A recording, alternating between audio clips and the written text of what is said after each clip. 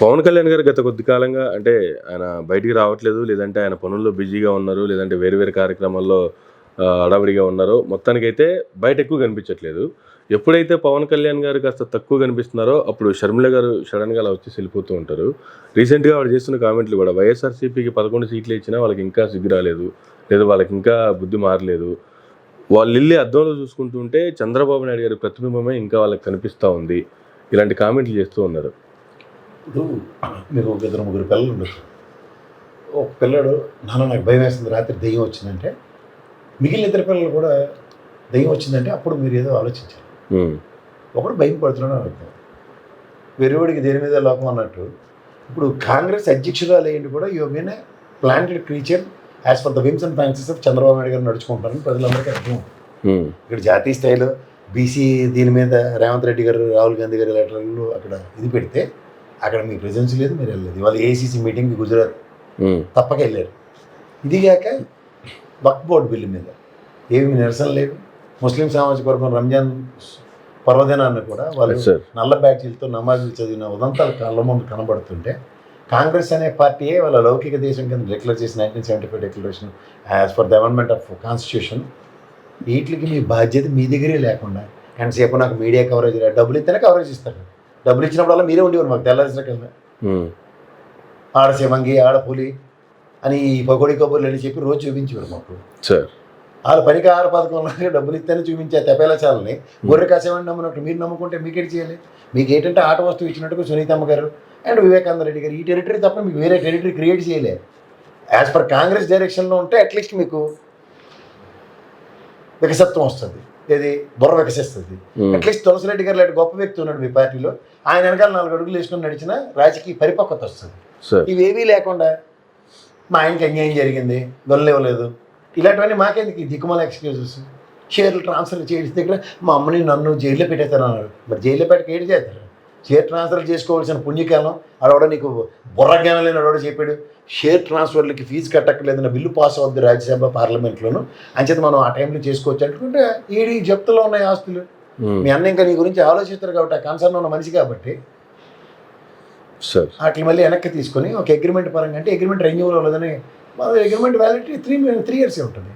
నువ్వు నెగోషియేట్ చేయవలసింది agreement renew చేయన్నా ఇది మనకి ఈడీ సిబిఐ జప్తుల్లో చూస్తే నాకు కొత్త లేదా అని చెప్పాలి. మరి ఊరికే గొల్లెట్టుకుంటే ఆయన కష్టమంతా నీకు తెలుసు. 16 నెలలు జైల్లో ఉన్నప్పుడు నీ మీద అయితే కేసు పెట్టలే కదా, ఇంట్లో కుటుంబ సభ్యులు ఎవరు మీద పెట్టలే, మొత్తం అంతా ఆయన మీద పెట్టుకోండి. ఆయన మీద తిరిగాడు మొత్తం అంతా. ఆయన కష్టం అయిందే సుఖం అయిందే అన్నప్పుడు అందులో మీరు లేదు. మీ వాట ఉంటే మీ మీద కూడా కేసులు పెట్టలే. అరెస్ట్లో అవన్నీ తర్వాత సంగతి, అట్లీస్ట్ కేసు అయినా ఉండాలి కదా కదా. ఏది చనిపోయిన రాజశేఖర రెడ్డి గారిని పెట్టారు. అవును, నాకు ఒక గొప్ప లాయర్ ఉన్నాడు, ఆయన భలే చెప్పాడు నాకు ఒక ఇన్సిడెంట్లో. సార్ అసలు జగన్మోహన్ రెడ్డి చుట్టూ తిప్పి దగ్గర మీరు గమనించట్లేదు, ఆ బీపీ ఆచార్య, శ్రీలక్ష్మి అట్లా కేసులు పెట్టారు. ఎందుకు అనుకుంటారు? అసలు యాక్చువల్గా is not in part and parcels of government. అవును, అప్పుడు కనీసం ఎంపీ కూడా కదా, తర్వాత జనాలు చాలా క్లియర్గా ఒక 2 విషయాలు గమనించండి. మన ఎరుమాలో కొల్లగా విజయసాయి రెడ్డి గారు మన ఎవరు వివేకానంద రెడ్డి గారిని ఎంపీ దింపేసి సోనియా గాంధీ గారు కథ ఒకటి చెప్తుంటారు కదా, జగన్మోహన్ రెడ్డి గారు అయిపోతానంటేనే రాజశేఖర రెడ్డి గారు ఆపారు ఇది అన్న దగ్గర. ఆయనకి హతమార్చి ఎంపీ వేయడా లేకపోతే ఎలా వేయడం ఒకసారి చెప్పనండి ప్రజలకి. ఈ 2 విషయాలు ప్రజలకు క్లారిటీ కావాలండి ఫస్ట్. ఎప్పుడైతే ఆయన కాంగ్రెస్ పరంగా కంటెస్ట్ చేసి ఎమ్మెల్సీ ఓడిపోయిన తర్వాత ఈయన ఎంపీ వైఎస్ఆర్సీపీ తరఫున గెలిచిన తర్వాత అందులో కాంట్రడిక్షన్ ఎక్కడ ఉంది? తర్వాత ఇదే వివేకానంద రెడ్డి గారు వైఎస్ఆర్సీపీలో జాయిన్ అవ్వలేదా? జాయిన్ అయ్యే టైంకి అవినాష్ రెడ్డి ఎంపీయే కాదు. అవినాష్ రెడ్డి 2వ టికెట్ అనౌన్స్ చేసిన తర్వాత ఆయన క్యాంపెయినింగ్కి వెళ్ళాడు. ఇద్దరు రాజకీయ కోణం ఏ ప్రాతిపదిక మీద ఉంది? బుద్ధి జ్ఞానం ఉన్నాడు ఎవడన్నా ఆలోచిస్తాడా? సింపుల్ మీకు నరేషన్ చెప్తున్నా. When is not belongs to Congress YSRCP అన్నది ఫస్ట్ ఆయన విక్టరీ. రెండోది ఆయన కాంగ్రెస్ పరంగా వివేకానంద రెడ్డికి కాదని జగన్మోహన్ రెడ్డికి టికెట్ అయితే తెచ్చుకోలేదు కదా.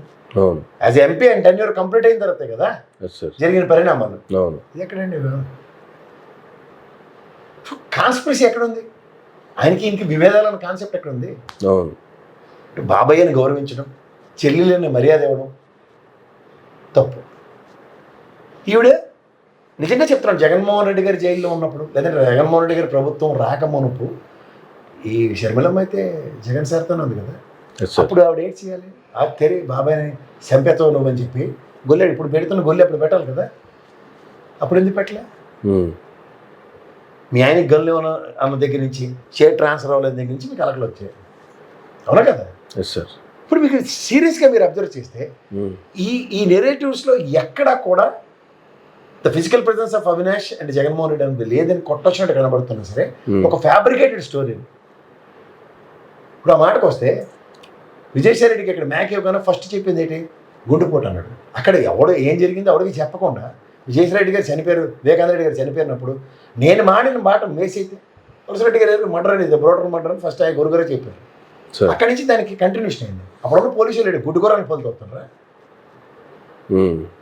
ఇదే పోలీస్ వ్యవస్థ ఇన్వెస్టిగేటివ్ దీంట్లో ఫోరెన్సిక్ నిపుణులు 117, 118 ఫోటోలు తీసినప్పుడు ఆ గడియారకపోయింది. ఇవన్నీ ఎన్నిసార్లు చెప్పాం మనం.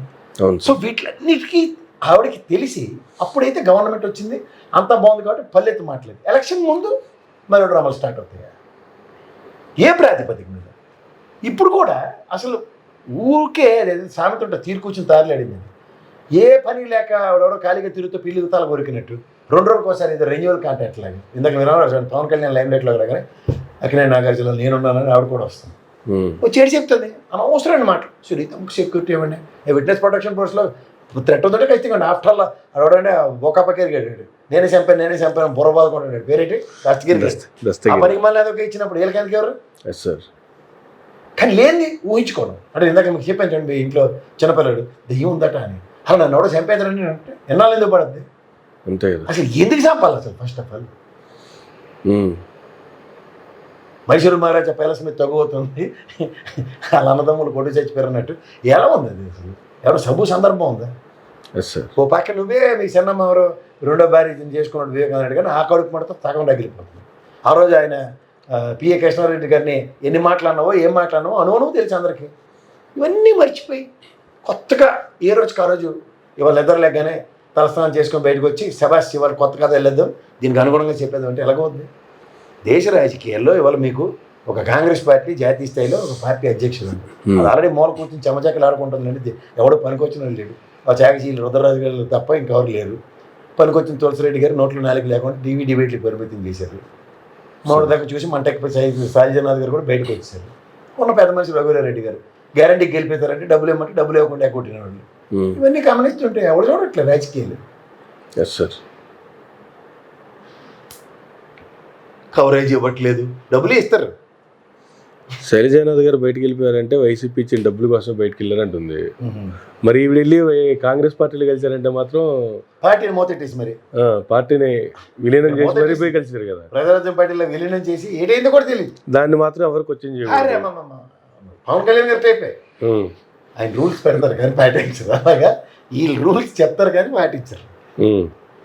అసలు మన కర్మకి వాళ్ళని వదిలేసి మనం చాలే మనం కట్టిపెట్టి అని చెప్పాలి సార్. ఆ ఈటీవీ ప్రోగ్రాంలు ఏవైతే చూడండి వంట వర్తం అని, నువ్వు చిన్నప్పుడు ఎలాగో నేర్చుకోలేదమ్మా, నాకు ఒకలో ఉండవు నేర్చుకో ఫస్ట్ అని చెప్పి అలాంటి కార్యక్రమాలకి లింక్ చేయాలి. Right sir, thank you sir, thank you very much అండి. ఇదండి రాష్ట్రంలో ఉన్నటువంటి సమస్యలకు సంబంధించి కావచ్చు, జగన్మోహన్ రెడ్డి రాప్తాడు పర్యటనకు సంబంధించి కావచ్చు, కేఎస్ ప్రసాద్ గారు తినట్టు మరో గంటలో మళ్ళీ కలుద్దాం. చూస్తూనే ఉండండి మైరా మీడియా.